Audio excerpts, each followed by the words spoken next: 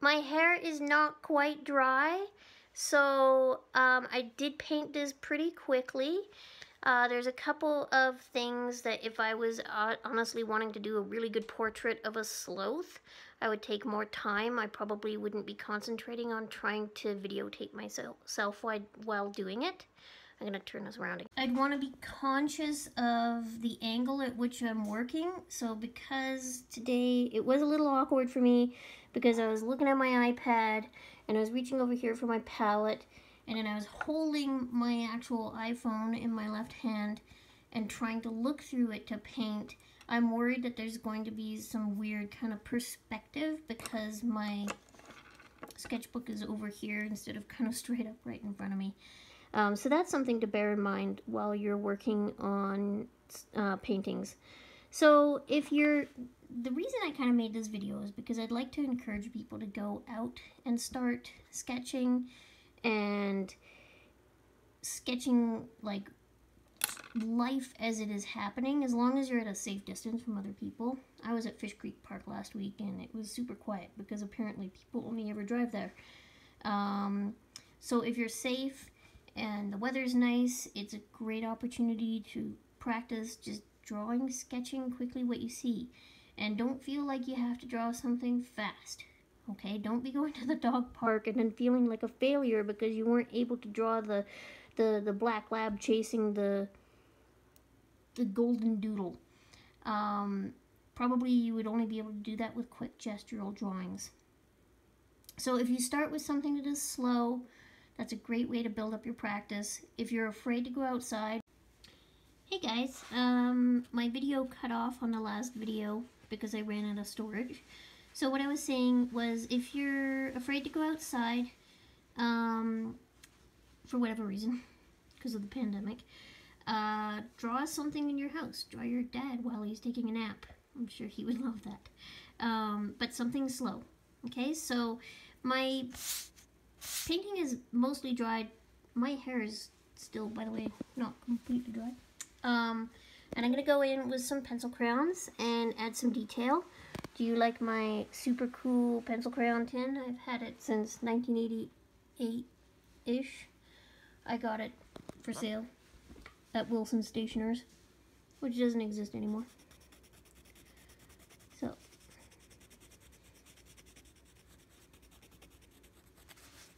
and again, I'm working super fast because I'm imagining that I'm sitting on a hard concrete ground or hard stool somewhere, or in the jungle, observing this sloth, and I'm genuinely concerned about snakes coming and biting me, or stinging me.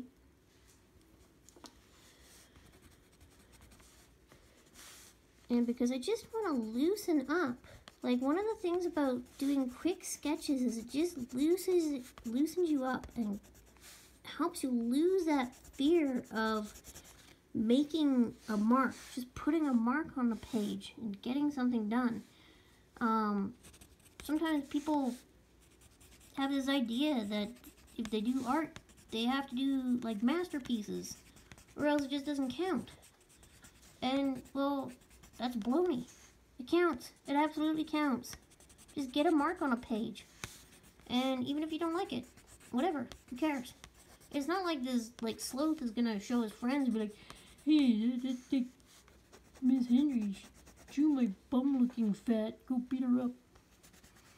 That's not gonna happen. Besides, even if they did try to beat me up, I'm pretty sure I could outrun them. They're sloths. Anyway, again, I'm trying to... This is an odd exercise, drawing through an iPhone screen. Oh, see, now I can't even see what I'm doing. Drawing through an iPhone screen.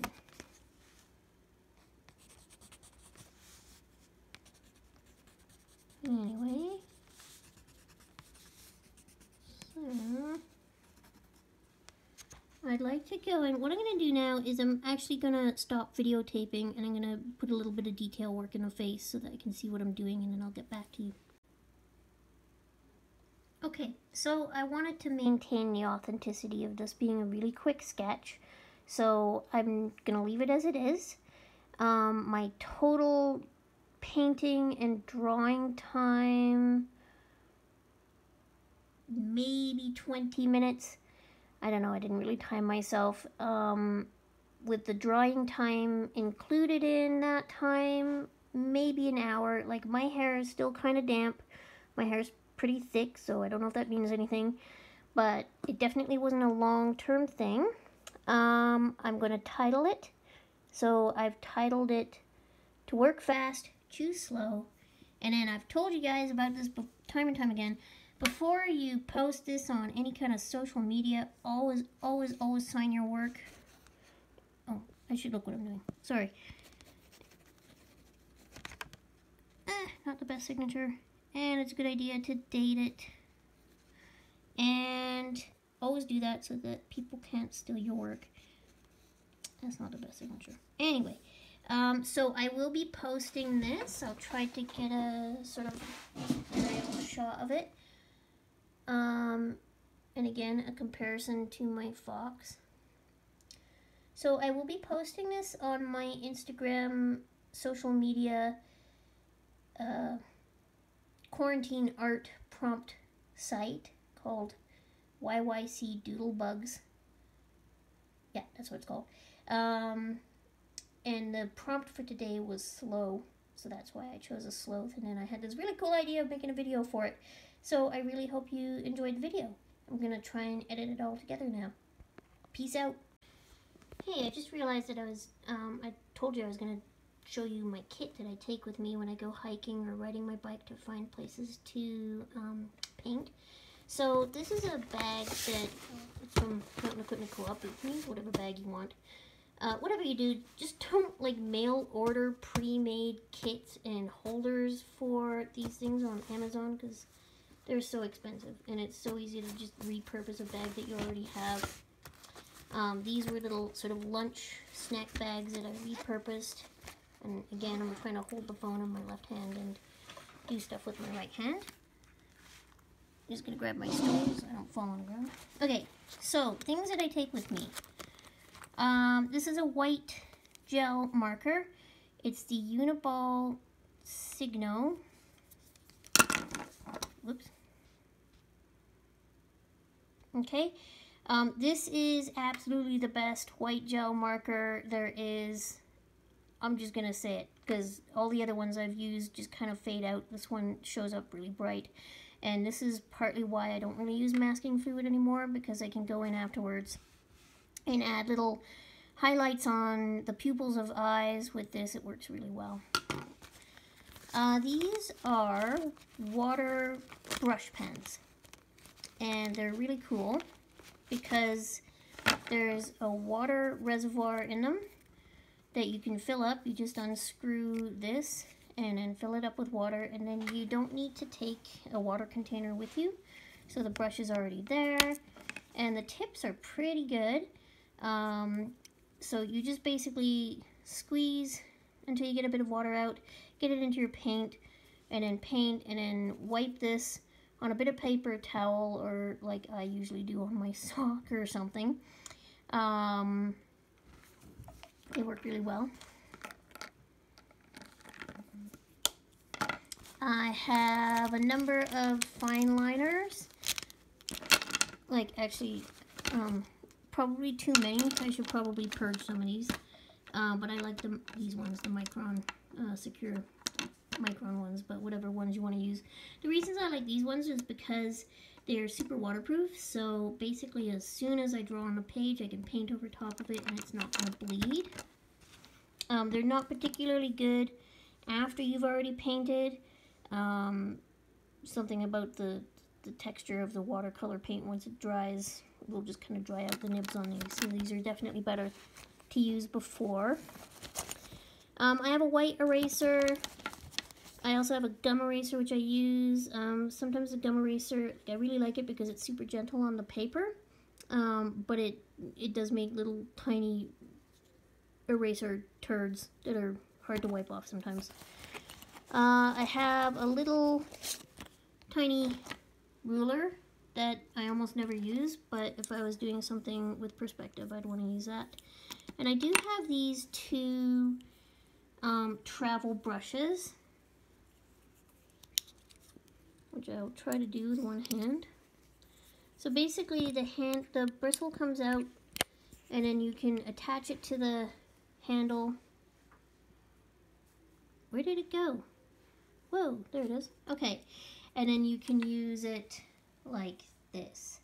I honestly don't really use these, even though they are really good quality brushes. I just don't use them, and they're kind of a pain to get the lid back on without damaging the bristles, which is why I'm not going to try and do that with one hand.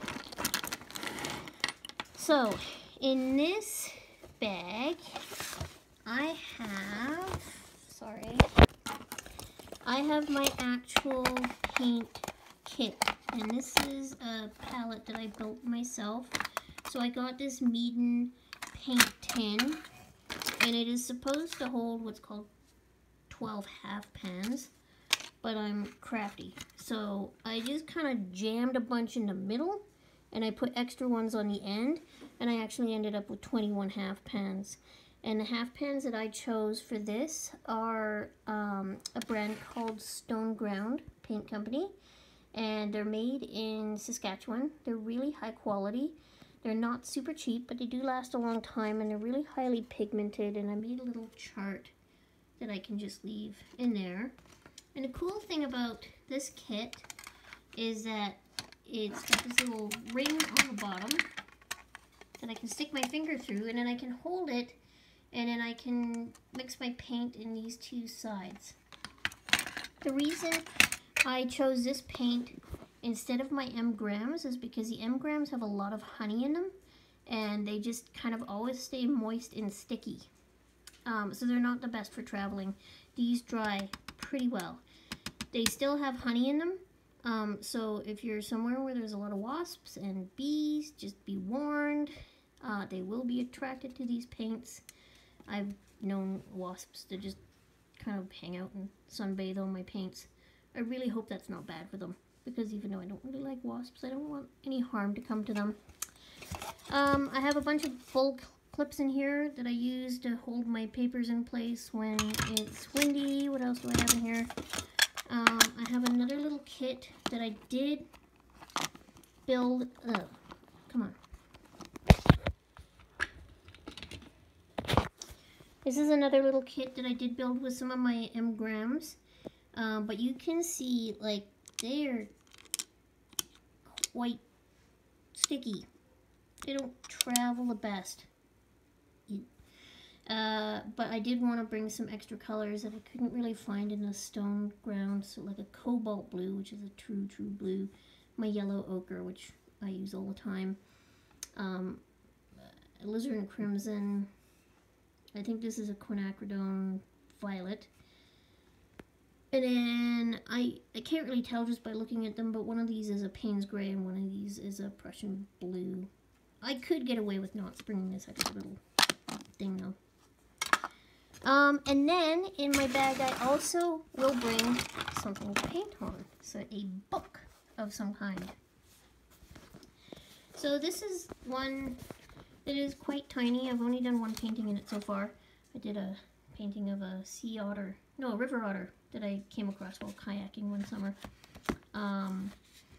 When you're looking for a book to take with you, I highly suggest that you get one that is stitch bound and not glued, because then it means that you can do panoramic shots, and this won't fall out when it gets wet.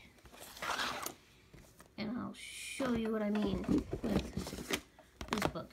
So these are the Pentalics, and I'll show you two of them.